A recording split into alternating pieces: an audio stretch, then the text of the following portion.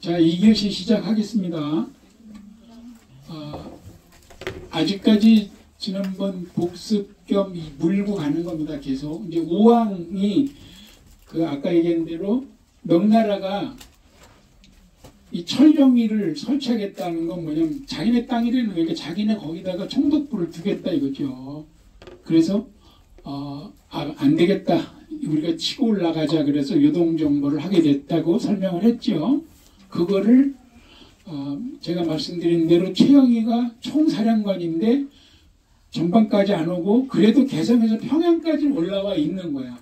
우왕이 못 가게 해요. 장인어른 나를 지켜주셔야지요. 공민왕 못 보셨습니까? 이렇게 되는 거예요. 그래서 조민수가 좌군, 이성계가 우군. 그러니까 조민수가 사실은 더 선임이에요. 좌가 항상 선임이죠. 근데 그래서 창왕은 조민수 주장으로 올렸다니까 돌아와서 나중에 이성계 일파가 조민수도 제거를 하죠. 그래서 이제 이성계가 실권을 잡는 거고.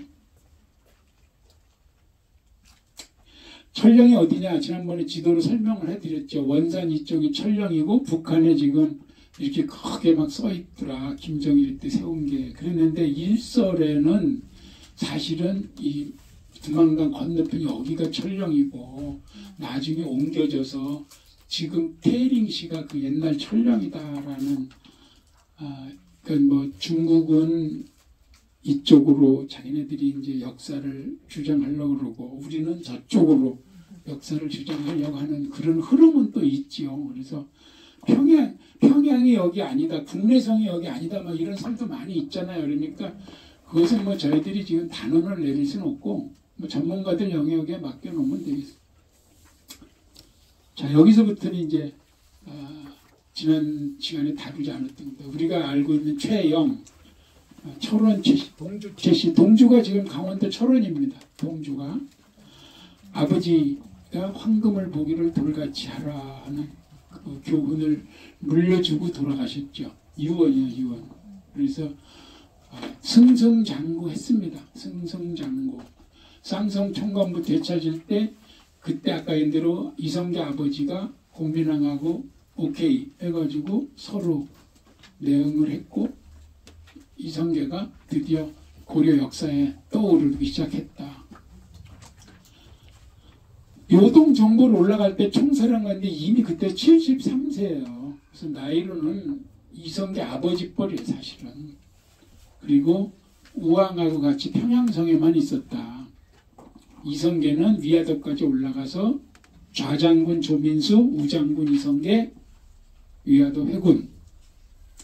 그 최영희가 맞섰지만 개성에서 뭐 힘이 될 수가 없죠. 그래서 최영희는 체포당하고 참수했죠. 죽였죠. 그래서 우리 민간 신앙들, 점집이나 무당들 이런 토속 어떤 그런 거에서 보면은 억울하게 죽은 사람을 주신으로 많이 모셔요. 최영, 뭐 단종, 막 이렇게 죽은 사람들 있죠. 그런 사람들이 한을 잘 풀어주는 거야. 본인들이 한이 많아서. 그래서 최영 장군이 의외로 무신으로, 무속신으로 많이 모셔져요. 그 인왕산에 있는 그 남산에 있다가 일제가 신사를 지으면서 쫓겨났던 국사당 인왕산 선바위 밑에 있죠. 거기에도 최영 장군을 모시고 있어요. 요거는 북한 우표입니다. 북한 우표. 최영 장군 무덤 이번에 그 경기 북부 답사할 때 가볼 거예요. 최영 장군이 죽으면서 그랬죠. 내가 잘못이 없다면 내 무덤에서 풀이 나지 않을 것이다. 풀이 나지 않아. 붉은, 그러니까 흙만 나와 있는 거죠. 적분입니다. 적분. 지금 간 풀이 있게요, 없게요? 있어요. 76년도부터 풀이 나왔대.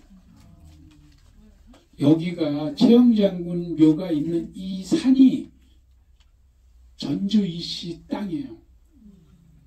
전주이 씨가 죽였잖아, 이성계가. 근데 그 땅이 전주이 씨 땅이야. 몰라? 이게 뭔 조화 속이지?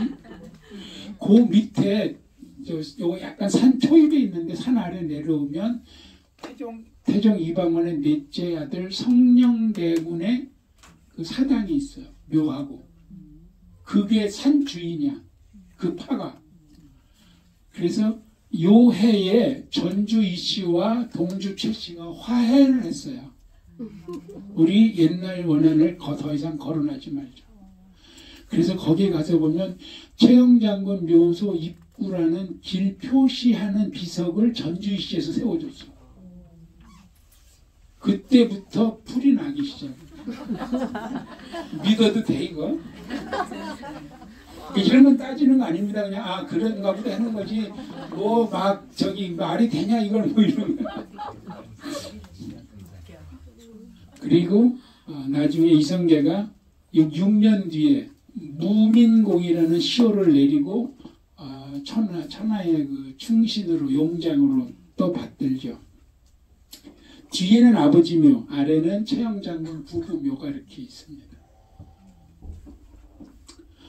그래서 최영희를 없애고 거짓을 폐하고 진실을 세운다. 누구 우왕창왕 이거 신돈 자식이기 때문에 그래서 없애버립니다. 뭐 김저 옥사 사건 이런 거는 거기 자료에 간단하게 박스 쳐서 제가 서술해 놨죠. 뭐 중요한 건 아닌데 창왕을 없애는데 아주 계기가 됐던 그런 겁니다. 우왕창왕의 이름이 우창인데 왕창이 아니고 신창이다 이렇게 되는 겁니다. 그리고 아까 얘기한 대로 마지막 정몽주 경기 남부 답사할 때 갑니다. 정몽주는 영일정치인데 영천에 그 엄청난 규모의 그 사당이 있죠.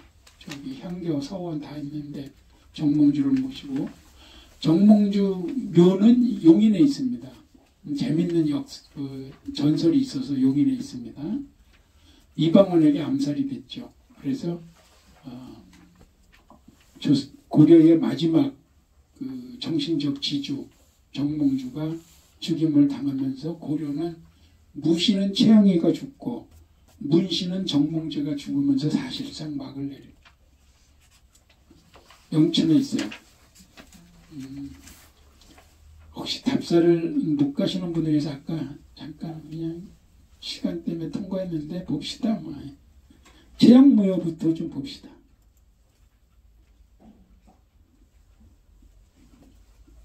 이게 전주이시에서 세워진 거예요. 입구에 초입에 최영장군묘 요 뒤에 보면 전주이시 여기서 세웠다 이렇게 써 있어요. 올라가는 계단이 있고 약간 그 위에 이렇게 묘가 있습니다. 고려 때 묘는 사각묘입니다. 사각묘. 앞에가 최영장군하고 부인, 뒤에가 황금을 돌같이 보라는 그런 무리한 부탁을 합니다. 이거는 이제 아버지 묘 옆에 있는 비석. 이거는 최영장군 옆에 있는 비석. 뭐라고 써있냐? 이렇게 길게 써있어요. 그리고 부인 문화유 씨가 부좌 옆에 모셔져 있다. 동주 최씨, 동주는 철원이라고 그랬죠. 문화시중까지 밀직서 대장군 문화시중 대장 참모총장 국무총리 다 한 거예요. 문인석이 서 있는데 이쪽 분은 코가 없어요. 아줌마들이 문제 하여튼 이건 다 아줌마들 소행입니다. 코 없는.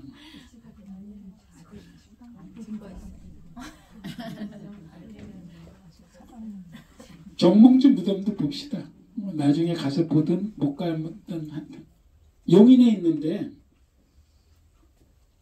요건 이제 신도비가 큼직하게 서 있고요. 문신이다 보니까 이런 거는 대단하죠. 요 옆에는 요거는 정몽주하고 관계없이 연안이씨 우리나라 양대 가문이 열리광김 그래가지고 연안이씨 광산김씨를 치거든요. 전주이씨는 왕족이니까 빼고 왕족은 뭐 칠 필요가 없죠. 열리광김이 대표인데 그 중에 연안이씨가 정몽주묘 옆에 딱 모여 있어요. 이렇게 정몽주의 몇 대 손녀딸인가가 연한이 씨한테 시집을 가요. 근데 어떤 전설이 있냐면 그 멋진 묘자리가 나왔는데 그 묘자리를 파다가 다 못 파서 인부들이 스톱하고 내일 계속하자 했는데 그 시집간 딸이 밤새 거기다 갖다 물을 부어. 묘자리의 상극은 물이 나오면 안 됩니다. 그죠? 아, 이거 안 되겠다. 그래서 그 묘를 옮겨. 그래서 그 묘자리를 연한이 씨가 쓴 거예요. 그래서 연한이 씨가 아주 그 대단한 가문이 돼서 이렇게 많은 이런 걸 남기는 게 됐다. 앤드 딸려는 소용없다. 자기 자기 새끼가 잘 돼야 될 거 아니야. 자기가 난 그런 게 있는데 그거는 가짜 전설이다. 이렇게 또 돼 있어요. 그건 나중에 제가 현장 가서 설명을 하겠습니다. 그래서 이쪽에는 이제 제실, 홍살문하고 여기는 이제 정몽주 관련 제실들이 있고 여기가 정몽주 묘고 이쪽이 그 손녀딸이 뺏었다는 묘자리예요. 연한이 씨가 쓰고 있어. 나중에 세월이 흐르면서 막 그 묘가 섞여가지고 또 정 씨하고 이 씨가 소송도 하고 막 복잡했어요. 그래서 연한이 씨가 이쪽으로 쫙 일일전 나와서 다시 정리한 거예요. 이게 산송이라고 그러죠. 산송. 산에서 쟁송을 하는 게 우리나라의 아주 큰 어려움이에요. 연관묘 400년 간 거 알죠? 그것도 나중에 한번 설명을 해요. 그래서 이렇게 홍살문이 있고 제실이 있고 제실이 3개가 있습니다. 그 다음에 그 유명한 백로가 하고 까마귀 노는 곳에 백로야 가지 마라. 이거 정몽주 어머니가 지은 거죠. 아들한테 타이는 거죠. 그 다음에 이 몸이 죽고 주고 100번 고쳐주고 단심가. 이건 정몽주 선생이 지은 거죠. 올라가서 보면 잘 안 보이는 것 같지만 왼쪽입니다. 왼쪽 정몽주묘입니다. 왕릉에 부럽지 않게 잘 해놨습니다. 근데 물론 나중에 한 게 많아요. 이런 곡장, 담이죠. 담 이런 거. 그 다음에 여기 일부 성물 이런 건 좀 나중에 추가한 건데 어쨌거나 조선에서도 정몽주를 죽였지만 정몽주를 최고의 충신으로 다시 올립니다. 왜? 자기들도 이어서 충신들을 요구해야 되잖아요. 부하들을. 그러니까 정몽주를 그 샘플로 모범 사례로 꼽는 겁니다. 그래서 대접을 해줍니다. 뒤에서 본 모습이고 요게 연한이 씨 손녀딸이 뺏어간 물보 가지고. 근데 그런 전설이 우리 문중에도 있어요. 안덕김 씨 문중에도. 그래서 제가 그래서 저도 딸이 없고 아들도 딸이 없습니다. 안 납니다. 딸. 쓸데가 없습니다.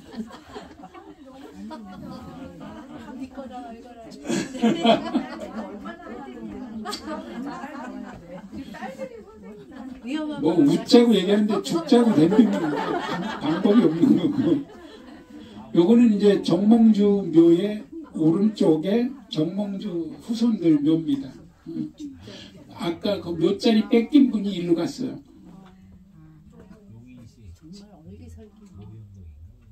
정몽주 묘는 호석이라 그러죠. 호석. 묘 밑에 받치는 거. 그 다음에 둘레석, 난간 잘 돼 있습니다. 한눈에 봐도 진짜 괜찮아요. 요건 이제 손녀딸이 뺏은 묘. 조금 조촐하게 해놨습니다. 조촐하게. 요거는 이제 그 조금 떨어진 곳에 있는 정몽주를 모신 사당이죠.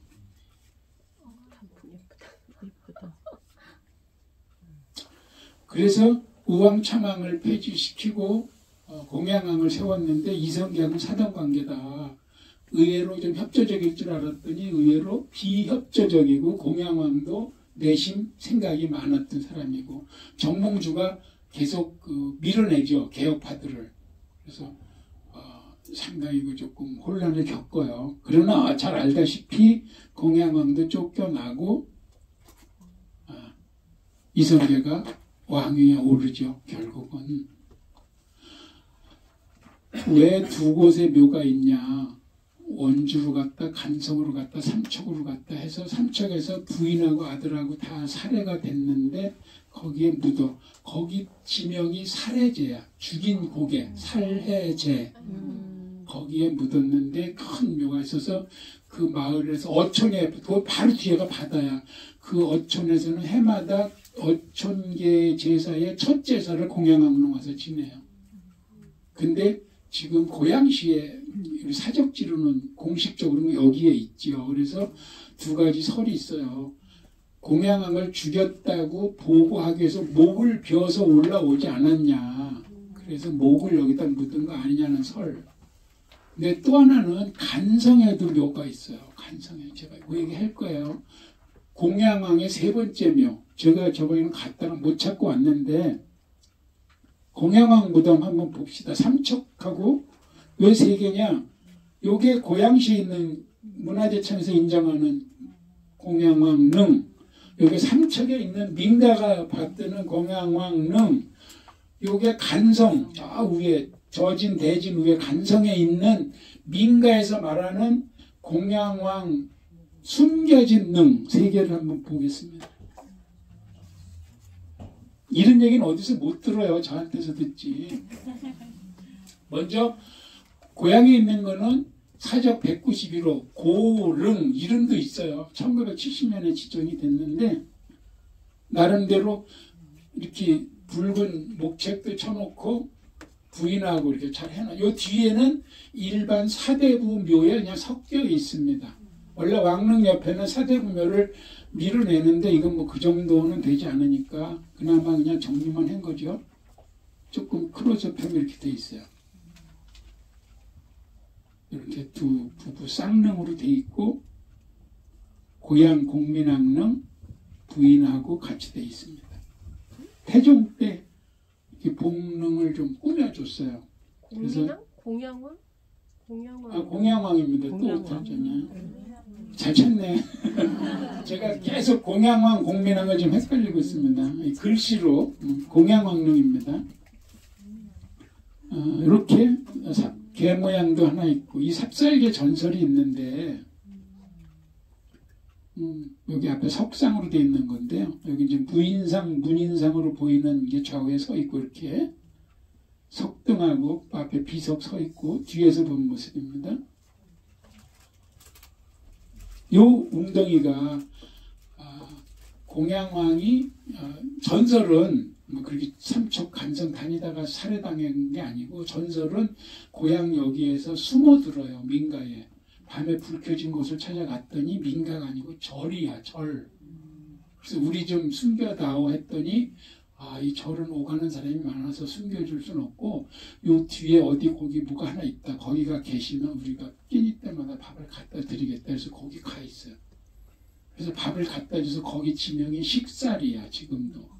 고향동 식살이, 식사동. 옛날에 그게 식살이, 지금은 식사동. 그 전설이 다 있어서 그런 거예요. 근데 어느 날 밥을 가지고 갔더니 부부가 안 계셔. 아무리 찾아도 안 계셔. 근데 부부를 같이 있던 삽살개가 계속 자기를 따라오라는 식으로 갔더니 여기 와서 지저대는 거예요. 물구덩이에서. 보니까 두 부부가 아마도 같이 여기서 그냥 물에 들어가서 돌아가셨다.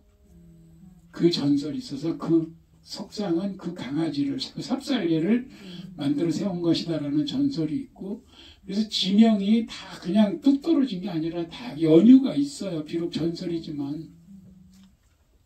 그다음 삼척에 있는 것은 강원도 기념물이고 뭐 정릉이라는 말을 하긴 하는데 공식은 아니기 때문에 뭐가 이렇게 복잡하게 써놨었지? 아무튼 그 삼부자 아들 둘 부인까지 다 옮겨요. 그래서 아까 얘기한 대로 고향 식사리로 나중에 옮겼다고. 그래서 이쪽에 와 있는 거를 보는 거고 문화재청에서는. 삼척에서는 그게 아니고 거기에 그냥 묻혀 있다는 거예요. 근데 그게 민가로만 전해오는 게 아니라 세종실록에 보면은 안성에 있는 공양왕 초상을 고양군 무덤 곁에 있는 암자로 옮겨라 뭐 이런 말이 있고 삼척에 관계된 기록에 보면 삼척부사, 허목이 만약에 우리 삼척 가면 허목이 쓴 동해 척주비도 볼 거예요. 그 이상한 글씨체로. 그리고 이런 거 등등 보면은 3년마다 공양왕릉 앞에서 제사를 드리는 풍습이 있다고 현종 때, 철종 때, 물론 조선 말이지만 기록이 있다는 거죠. 그때부터. 그리고 아까 얘기한 대로 그 동네 지명이 살해제. 살해인데 지금은 그게 이제 말이 바뀌어서 살해 이런 식으로. 또 궁촌. 그래도 임금이 살았다고. 그렇게 돼 있던 거예요. 그래서 아까 얘기한 대로 삼척에 묻혔다가 맞느냐 그래서 머리만 올려서 일로 왔느냐. 어? 진짜 죽인 거 맞느냐 그래서 목만 올라왔다 뭐 이런 설도 있고. 가서 보면은 그래도 잘 돼 있어요. 큰 봉분 하나 옆에 작은 봉분 또 이렇게 조금 있어요. 이런 건 뭐 말무덤 같은 거 옛날에 있었죠. 말무덤 많고 나름대로 깔끔해요. 이렇게. 그래서 요거는 공양왕하고 그 아들 세자지 그때. 그다음에 저 사이드에 있는 거는 시녀 또는 뭐 말무덤 등등 이렇게 하는데 말 수 없죠. 자꾸 공민왕이라 그러네. 공양왕릉입니다. 공양왕릉. 제가 정정해서 올릴게요. 그 자료 올릴 때는 이렇게 그 왕릉 옆에 약간 대나무 숲길이 있어. 숲길 돌아가면 바로 이렇게 바다예요. 그냥 바로 이렇게 돌아가면 바다. 그 여천에서 제사를 지냅니다. 3년에 한 번씩 큰 제사를 지내는데 첫 제사가 공양왕릉에 붙이낸다. 그 간성에는 뭐가 있느냐? 간성에. 그래서 이거는 간성왕릉이라고 하자. 간성의 향토학자들이 지금 밀고 있어요. 제가 아까 그 지도 2개 보여드렸지. 우리 안동김 씨 할아버지가 했다는 거. 그 지도를 가지고 우리는 뭘 미냐면은 지도의 날을 만들어요. 지도의 날. 지도의 날이라는 게 없거든요. 기념일이. 이제 저거를 만든 날을 지도의 날로 하려고 하는데 여기서는 향토학자들이 이걸 간성왕릉 또는 진릉, 진짜릉이라고 여기를 하려고 하는 거예요. 제가 가서 찾다 못 찾았는데 남효온이라고 많이 들어봤죠. 생육신이야. 생육신. 남효온이가 추강인데 호가 추강록에 보면 금강산 갔다 온 기록에 하다가 보면 과간성릉 간성릉을 지나면서라는 한시가 있어요. 이게 단종 직후잖아요. 생육신이면 그때의 간성릉이 나온단 말이에요. 여기에 그걸 지나면서 못 보고 간다는 안타까움을 쓴 거예요. 근데 이 남효원이가 이 남씨잖아요. 자기 후손들한테 몰래 전한 야사에 보면 앞으로 내 무덤에 나한테 제사를 지낼 때 내 뒤에 있는 이 무덤에 먼저 제사를 지내거라. 그게 누굽니까? 말을 안 하는 거예요. 근데 그게 공양왕이라는 거예요. 가서 묻었대. 이 양반이 고려 말에 공양왕을 모셨어. 벼슬길에서.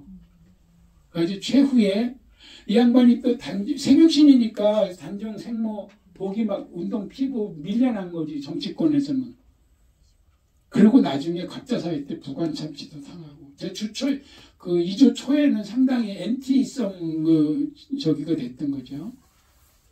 나중에 재밌는 거는 공양왕 후손들 왕암흑의 그 후손들이 96년도에 여기 왔었대요.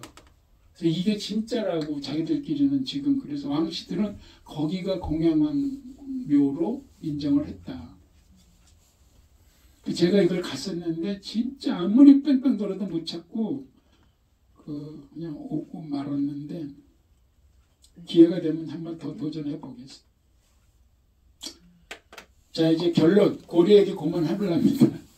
결론은 왕건이가 후백제를 완전히 다 통일해서 고려를 918년에 세워서 쭉 이게 국가를 끌고 나갔는데 제가 설명한 걸 한 장의 도표를 그린 거예요. 다 이해가 가시죠 이거는? 네? 이 도표를 나중에 자료 올려드릴 테니까 이게 고려를 설명할 때 후삼국을 통일을 해서 최초에는 번영기를 누렸지만 요게 이제 마지막을 많이 한 겁니다. 무신정권과 원간섭기에 어떤 일이 일어났는지.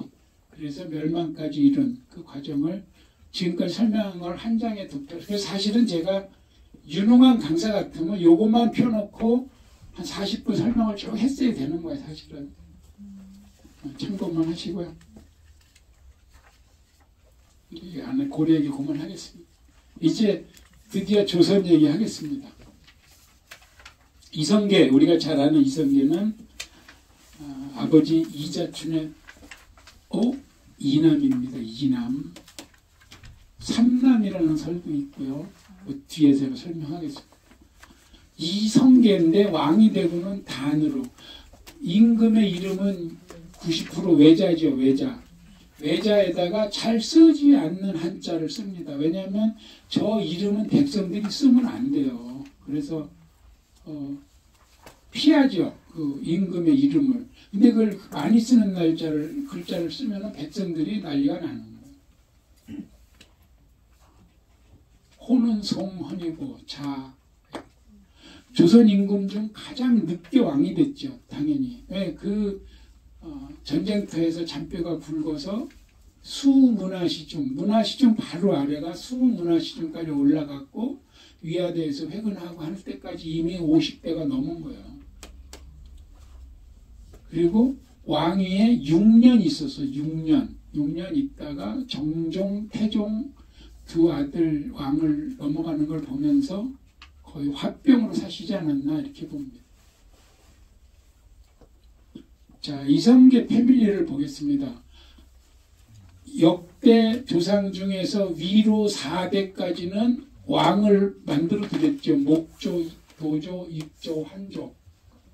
그런데 그 5대는 왕이 안 됐어요. 그래서 그 5대가 준경묘라고 제가 아까 얘기한 거예요. 요 이안사 4대 되는 이분부터 얘기가 나옵니다. 이제 전주에서 벼슬아치를 하고 있었는데 꼭 이런 일이야. 관기를 둘러싸고 어느 묘령의 관기를 둘러싸고 또 다른 벼슬아치하고 충돌이 일어났어요. 근데 그 벼슬아치가 상급자야. 더. 그래서 후환이 두려워서 그 전주를 뜹니다. 근데 나름대로 추종이 많았던 거죠. 그래서 가솔과 토착인 170여 세대니까 인원은 더 많겠죠. 4인 가족만 잡으면 또 얼마야 벌써. 아무튼 그 그룹을 거느리고 삼척으로 갑니다. 그래서 중경묘가 삼척에 있어요. 아버지를 모시고 간 거죠. 쉽게 얘기하면. 지금 이분 얘기하는 겁니다. 4대조. 그러니까 5대조를 모시고 갔겠죠. 아버지를. 엄마? 그 왼수가 강원도로 오는 거야. 삼척으로 갔는데 그래서 다시 함경도로 올라가요. 안 되겠다. 원수는 어디서 만나요? 있고 외나무다리에서 만난다. 그래서 삼척에서 함경도로 올라가는데 전주에서 온 175 플러스 삼척에서 또 따라붙은 거예요. 그러니까 그만큼 인덕은 있었던 거죠. 지지 세력, 추종 세력이 많은 거예요.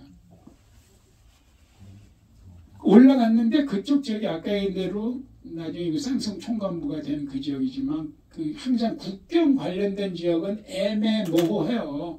그래서 우리가 옛날에 이성계가 여진족이다 이런 루머 아닌 루머도 있는 게 그 지역이 그런 지역이에요. 그래서 사실은 나중에 몽고 원나라의 벼슬을 해 저분들이 다. 그렇게 된 거거든요. 아무튼 고려에서는 이런 세력이 되니까 나름대로 그 의주 병마사다 하는 네이밍 그 벼슬을 내려주는 거예요. 근데 그 자리가 아까 얘기한 대로 원나라 쌍성 총관부가 되면서 이 의주도 전부 거기에 포함이 돼.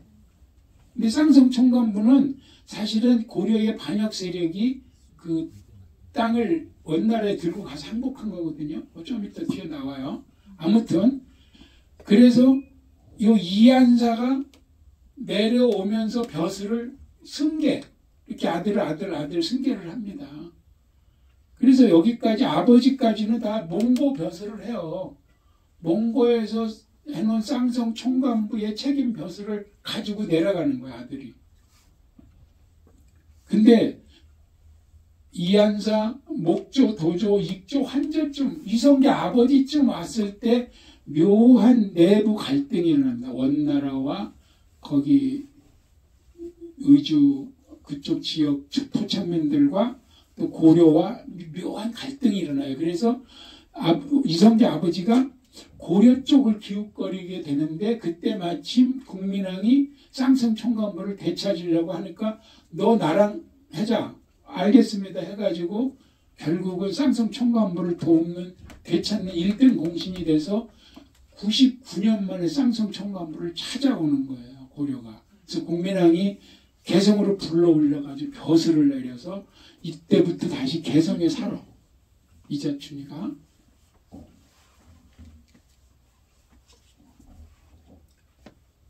쌍성 총관부는 아까 얘기한 대로 고려는 대략 이렇게 돼 있었죠. 근데 이쪽 지역, 국경 지역은 여진 쪽에서도 밀려난 사람들도 와서 살고 고려 쪽에서 약간 밀려 올라간 사람들도 살고 국경 지역은 애매한 그런 저희가 많은데 이것이 처음에 쌍성 총관부 영역이 원나라 땅으로 만들어지게 된 것은 조휘와 탁청이라는 조씨와 탁씨가 이쪽의 주 세력들을 다 죽이고 요 천령 이북 땅을 원나라에 바친 거예요. 그래서 너희들이 이 총관, 천호라는 것은 옛날에 벼슬에 버금가는 게 그 마을의 몇 토를 그 사람 식솔로 주는 거거든요. 시급으로.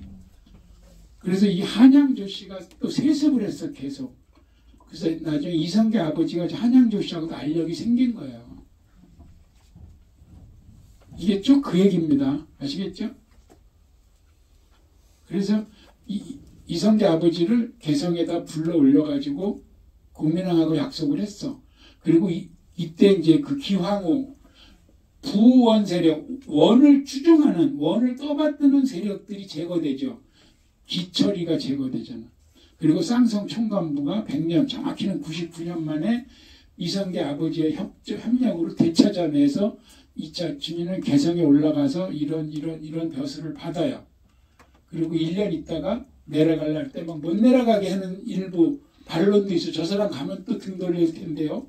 아니야. 그래도 거기 갈 사람 없어. 그래서 거기 가서 병마사가 돼요. 그리고 아버지 이자춘이가 죽어. 그래서 죽은 후에는 문화시종, 영의정을 추종을 받고 이성계가 나라를 세운다면 환조가 되는 거죠. 왕으로까지 올라가는 건데 족보를 보면 자 목조, 익조, 도조, 환조로 내려오는데 이제 이자춘이가 이성계 아버지잖아요.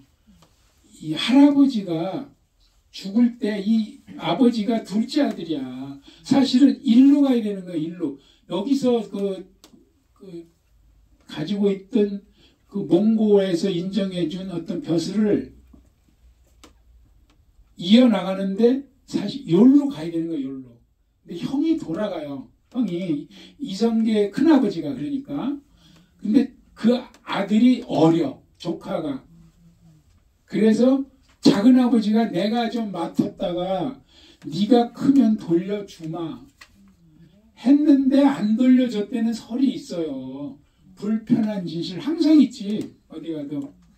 근데 조선왕조 신라에서는 이걸 다 무마했다는 설이 있어요. 자, 요거 하나 좀 그렇고. 그래서 일로 가져온 거 설 하나. 그 다음에 이자춘이가 부인이 셋인데 이성계는 최씨 소생이고 삼남인데 뭐 아까 이남이라 그런 이유는 요 형이 요 이씨 소생에 일남 이남이 있어요. 근데 요 이남을 요 조카가 일찍 죽어서 일로 양자를 줬다. 그러니까 3이 2가 된 거죠. 이제 1, 2로 요 이씨가 더 정부인이라는 설. 불편한 진실 두 가지. 근데 요 이원계가 형인데 이 사람은 위화도 회군을 반대해요. 나는 고려의 충신이다. 나중에 자결해 자기 자식들 보고는 삼촌, 그러니까 이성계를 도와라 라고 이원을 남깁니다. 문익점 사위야. 이원계는. 그리고 요 이화, 요 의안대구는, 요 의안은 저기 한자는 다른데 발음은 같아. 방석이하고 의안대구는. 이 사람은 지금 우리 동네에 있어요. 지금 사당하고 묘소박. 땅을 엄청 받아가지고 나중에 이렇게 해서 이성계가 엄청, 이 김씨는 여종 출신인데 노비 문서도 태워버렸다 그러거든요. 다 잘해주고. 잘 보면 재밌는 거 있어요. 다 대군이야. 원래 대군은 하나만, 이쪽 피만 대군이어야 되죠. 이성계 형제는 다 대군이야. 여기가 메인이라는 설이 있는 거예요. 여기는 공신을 몇 개를 해서 땅을 받았는지 어마어마해. 그래서 나중에는 이성계 뒤통수를 쳤죠. 왜? 이방원이 편을 들어줬잖아. 이성계가 이방원이하고 거의 대립했거든요. 나중에. 아무튼 또 대단한 양반이고, 그 남양주 호평동에 가면 새로 길낸 거가 다 저 사람 땅이에요. 그래서 불편한 진실이 두 가지가 있다. 아무튼 지금 조선왕조실록에서는 최씨를 정부인으로 보고 이씨도 왕후라는 이름을 붙인 데가 많아요. 여기는 완전히 여종이고, 여기는. 근데 여기가 정실이다, 이런 반론이 또 많고. 그래서 일로 간 거를 돌려가지고, 일로 방향을 물꼬를 돌리고 돌려준다 그랬는데 안 돌려줬다는 거 하나.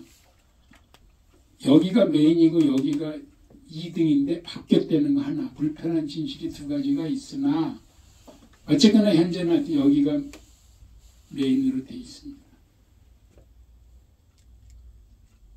그래서 이성계는 아까 얘기한 대로 아버지를 도와서 쌍성 총관부 되찾을 때 아버지가 떴는데 그때 청년 이성계가 뜬 거예요. 그러면서 그 많은 자기 아버지가 죽으니까 이제 그 아버지 걸 받았죠. 사촌한테 갈 걸 받은 거는 똑같지. 그러면서 각종 반란, 홍건적, 그 다음에 원나라 나하추가 쌍성 총관부를 뺏겼는데 원나라가 한 번 더 공격하지 찾으려고. 그게 나하추가 쳐내려온 거야. 그거 밀어내고. 그 다음에 그 공민왕을 반대해서 덕훈군, 아까 그 족보에 단 덕훈군이 있었는데 내가 언급을 안 했는데, 심양왕이라 그래서 원나라에서는 고려왕 말고 심양에다 고려왕족을 하나씩 박아놔요. 묘한 파워게임을 시켜. 걔를 왕으로 임명하고 내려보낸 거를 물리치죠. 그게 덕훈군이야. 그 다음에 뭐 나머지 하여튼 이런 외구 토벌, 그 유명한 황산대첩. 그래서 군산에 가면은 우리 정금호 씨가 잘 알겠지만 군산이 원래 고군산 군도가 그 앞에 있죠. 지금은 다 이렇게 연결해서 자전거 도로도 유명하고. 근데 그게 옛날 군산이라는 뜻이에요. 고군산, 올드 군산. 지금 군산은 뉴 군산, 쉽게 얘기하면. 그래서 거기가 옛날에 군진이야 군들이 있었던 곳이기 때문에 그곳이 지금 현재는 군산인 자리에 그 대첩, 최무선이 화약을 최초로 쓴 해전에서 아주 대첩을 이루어서 거기 대첩비가 서 있죠. 진포 대첩비가 서 있어. 거기서 패한 왜구들이 내륙으로 모인 게 지리산 아래 모인 거를 최영희하고 이성계가 가서 완전히 경멸시킨 게 황산대첩. 그래서 남원에 가면 황산으로 가는 길목에 꿈에 할머니가 도와줬다 그래서 마액을 새긴 거 제가 지금 가서 찾아보고 그랬잖아요. 중간에 전설에 나오는 건데. 그래서 여기서 그 유명한 일본군 청년, 이게 유명한 아기바투라는 아주 유명한 건데, 얘를 이성계하고 퉁드라니하고 둘이서, 퉁드라니가 첫 발을 쏴서 투구를 확 베끼고 이성계가 바로 둘째 발을 쏴서 그냥 머리를 직사시켰다. 아주 유명하다 하는 그 얘기가 다 여기서 나온 거거든요. 그래서 이거는 황산벌이 아니다. 저기하고 계백하고 헷갈리면 안 된다. 그리고 여진족도 격퇴하고 등등 승승장구해요. 수문화시중, 문화시중 바로 아래까지. 그러다가 위화도 해금까지 하는. 그러다 보니까는 20대 청년이 50대가 되는 거죠. 그래서 57의 왕이 된 이성계의 성장 스토리입니다, 이게. 위화도 회군은 지금 위화도는 북한 땅입니다. 현재 우리 지난번에 열하일기를 따라서 갈 때 여기 가서 위화도를 건너다 봤어요. 여기서 봐요. 바로 건너간 위화도도 하고 보거든요. 그래서 위화도에서 회군을 했는데 안 되는 이유 네 가지. 작은 나라가 큰 나라를 칠 수 없다. 이때 5월이니까 5월 22일 회군했거든요. 이게 재밌더라고. 올라갈 때는 뭐 한 달인가 걸렸는데 내려올 때는 며칠 만에 내려올 때는 농사철 때 군사를 동원하는 건 안 된다. 기허외승 병력을 다 빼서 일로 올라가면 그 왜구들이 또 난리를 칠 것이다. 후방에서는. 그리고 날씨가 덥고 비가 오고 습하고 이러면은 그때 무기가 활인데 활이가 이게 풀러진다. 전쟁악이 옳지 않다는 거죠. 전염병도 돌 수 있다. 나중에 하여튼 해군에서 내려와서 최영희를 죽일 때 이성계가 한 말이 이겁니다. 아버지 뻘이거든 나이로는. 그리고 한동안은 전쟁에서 같이 외적 바깥에 적을 물리친 무인들이잖아. 그래서 울면서 목을 쳤다는 설이 있어요. 그러면 그렇게 망한 조선 고려를 망한 고려에 세운 조선은 과연 누가 세웠냐? 쭉 이제 그렇게 긴 얘기를 들었는데 이성계, 정도전, 무학대사 등등. 무학대사는 거들었을 뿐이다. 이런 얘기도 있는데 결국 누구냐? 그 당시 고려 조정의 아웃사이더들이다 이거예요. 인사이더들이 핵인싸가 아니고 아웃사이더들이 조선을 세운 거예요. 자, 쭉 설명한 걸 다시 크게 세력으로 보면 고려 말에는 친원파냐 친명파냐 붙은 거예요. 근데 친명파가 승리를 거머쥐었죠. 친원파는 기씨 가문으로 행주기씨 그 행주선생 밑에 가면 행주기씨 묘역이 또 대단해. 그 기철 기왕후 그 후예들이죠. 거기 가서 또 뭐라 그럴 수는 없으니까 그냥 둘러만 봤는데 거기다 한번 가야 되겠네. 북부답사 때 집어넣어 보겠습니다. 친명파는 공민왕이 이제 반원 친명을 했는데 거기에 아까 얘기한 대로 최영과 이성계가 같은 배를 탄 것 같지만 여기는 훈구 세력이고 여기는 신흥 세력이에요. 그래서 이성계가 이긴 거지 최영이한테. 이성계와 같이 또 고려를 개혁하는 거에 동조를 했지만 정몽주는 온건론자고 정도전이는 아예 뒤집어 엎자거든요. 그래서 결국은 역성혁명을 주장한 최종 흐름으로 간 거죠. 그래서 항상 이런 그 세력의 충돌 거기서 어느 세력이 이기는지 이런 거를 보는 게 역사를 보는 그런 겁니다. 그래서 1392년에 개성에서 이성계가 왕위에 오르지만 개성에서 왕이 된 사람은 둘이에요. 조선에. 이성계하고 태종도 개성에서 왕이 됐어요.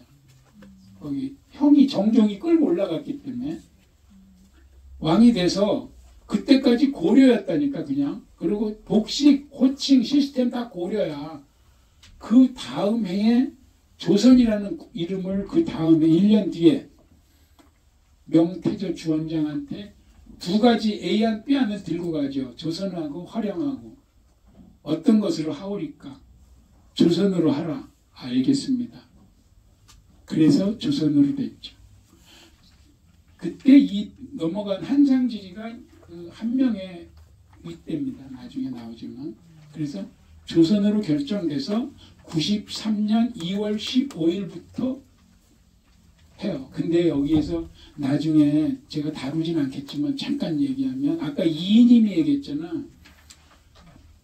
명나라에 뭘로 기록이 되냐면 이성계가 이인님의 후예로 기록이 돼서 그거 바꾸느라고 이성계가 아주 얼마나 애를 먹나 몰라. 그쪽 아니다 우리는. 그런 어떤 애로도 있었어요. 근데 그래서 가서 이제 조선으로 오잖아요.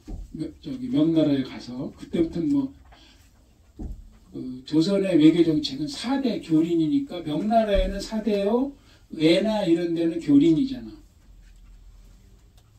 재밌는 얘기 이건 아시나요?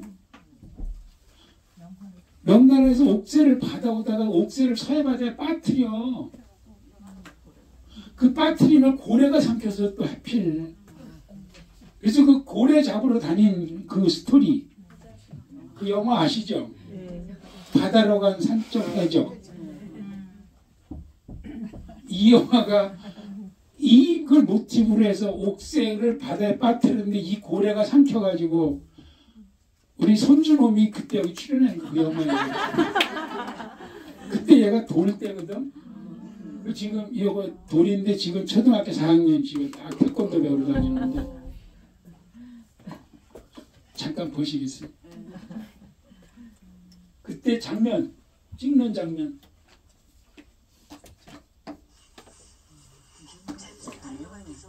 지 아버지가 안고 이건 지금 세트장에 막 전쟁이 나서 다 죽은 거에 누나하고 어린애하고 근데 얘가 울어야 되는데 아버지가 내려놓는 순간 우는 거야 쟤는 그냥. 그래서 NG 없이 그대로 통과. 돌생이면 놀랬을 것 같아. 놀랬을 거야 아마. 저 다 시신들만 이렇게 하고 이제 넋이 나간 한 사람 지나가는 거 카메라가 쫙 들어와서 얘를 찍는 거야. 요 뒤에 누나는 이 사람 딸이야. 촬영 감독 딸. 얘는 그때 조감독하는 김재훈 조감독 아들. 출연료 50만 원 받았어요. 그리고 제가 200만 원 썼어요.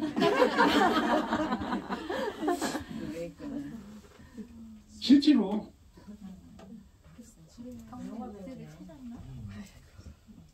그래서 그때 조감독 김재훈이는 요거 채널 A에 그 캠핑하는 거기에 지 아들하고 와이프하고 셋이 나갔었죠. 이게 폴킴이야 폴킴. 우리 며느리.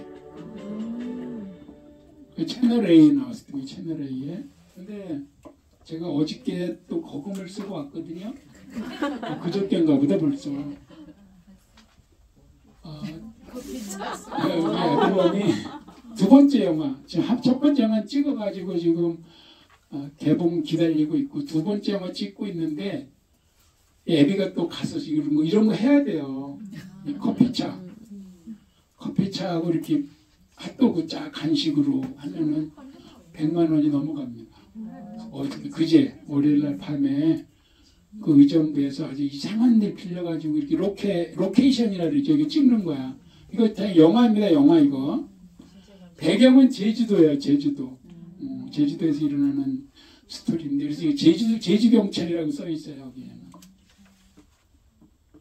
그래서 여기를 이제 딱 찍는 장면이고 감독하고 편집은 여기 안에서 바로 옆에서 요새는 바로 편집하더라고 그냥. 뭐 잘라 그러면 바로 잘라버리고 이렇게. 주연 배우요. 잠깐만.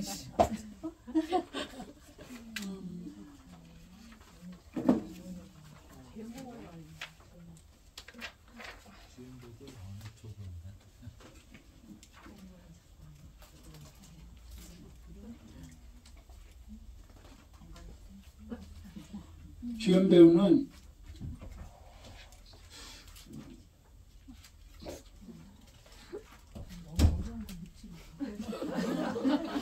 내가 여기 넣어놨는데 지금 없어졌네. 오마이갓. 제가 요새 배우도 잘 몰라요. 저는 윤정이 뭐 이런 세대라. 그 딱 1탄, 2탄을 넣어놨는데 그게 없어졌어요. 잠깐 한번 봅시다. 지금 이제 강의 다 했는데 진짜 없는지 이거 어디로 사라진 델리트 됐나봐. 곽시양이 지금 2편이 주인공이에요. 사라졌습니다. 만들었는데 딜리트 된 것 같아요. 필사의 추적 1탄은 그 애프터로 했다가 바꿨어요. 제목을 악마들 아마 애프터가 조금 무슨 영화인지 잘 떠오르지 않고, 그다음에 그 요새 애프터가 있어요. 외국 영화 멜로물이. 그래서 그걸로 바꿨어요. 자, 아무튼 여기까지 해서 이성계 이제 조선으로 들어가서 이성계 패밀리까지 쭉 했습니다. 그래서 다음 시간에는 이성계의 그 뿌리가 되는 전주부터 얘기를 되고, 아까 사대조 조상들 얘기를 하나하나 이제 좀 풀어서 전주부터 해서 삼척으로 해서 디테일하게 좀 알아보고, 그 다음에 이제 권원능 얘기로 들어가겠습니다.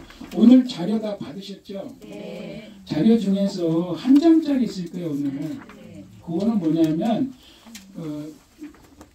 이 수업 자료는 쭉 이어서 나가는데 거기 집어넣긴 좀 애매해. 근데 맨 뒤에 그냥 부록으로 바인더를 하나 하세요. 바인더.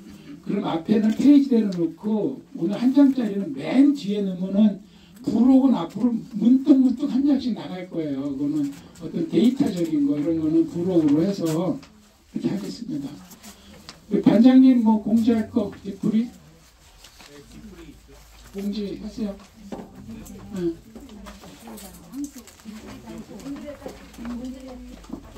오늘 뒷풀이 가실 분은 옛날에 가신 분도 있는데 곤드레 밥집입니다.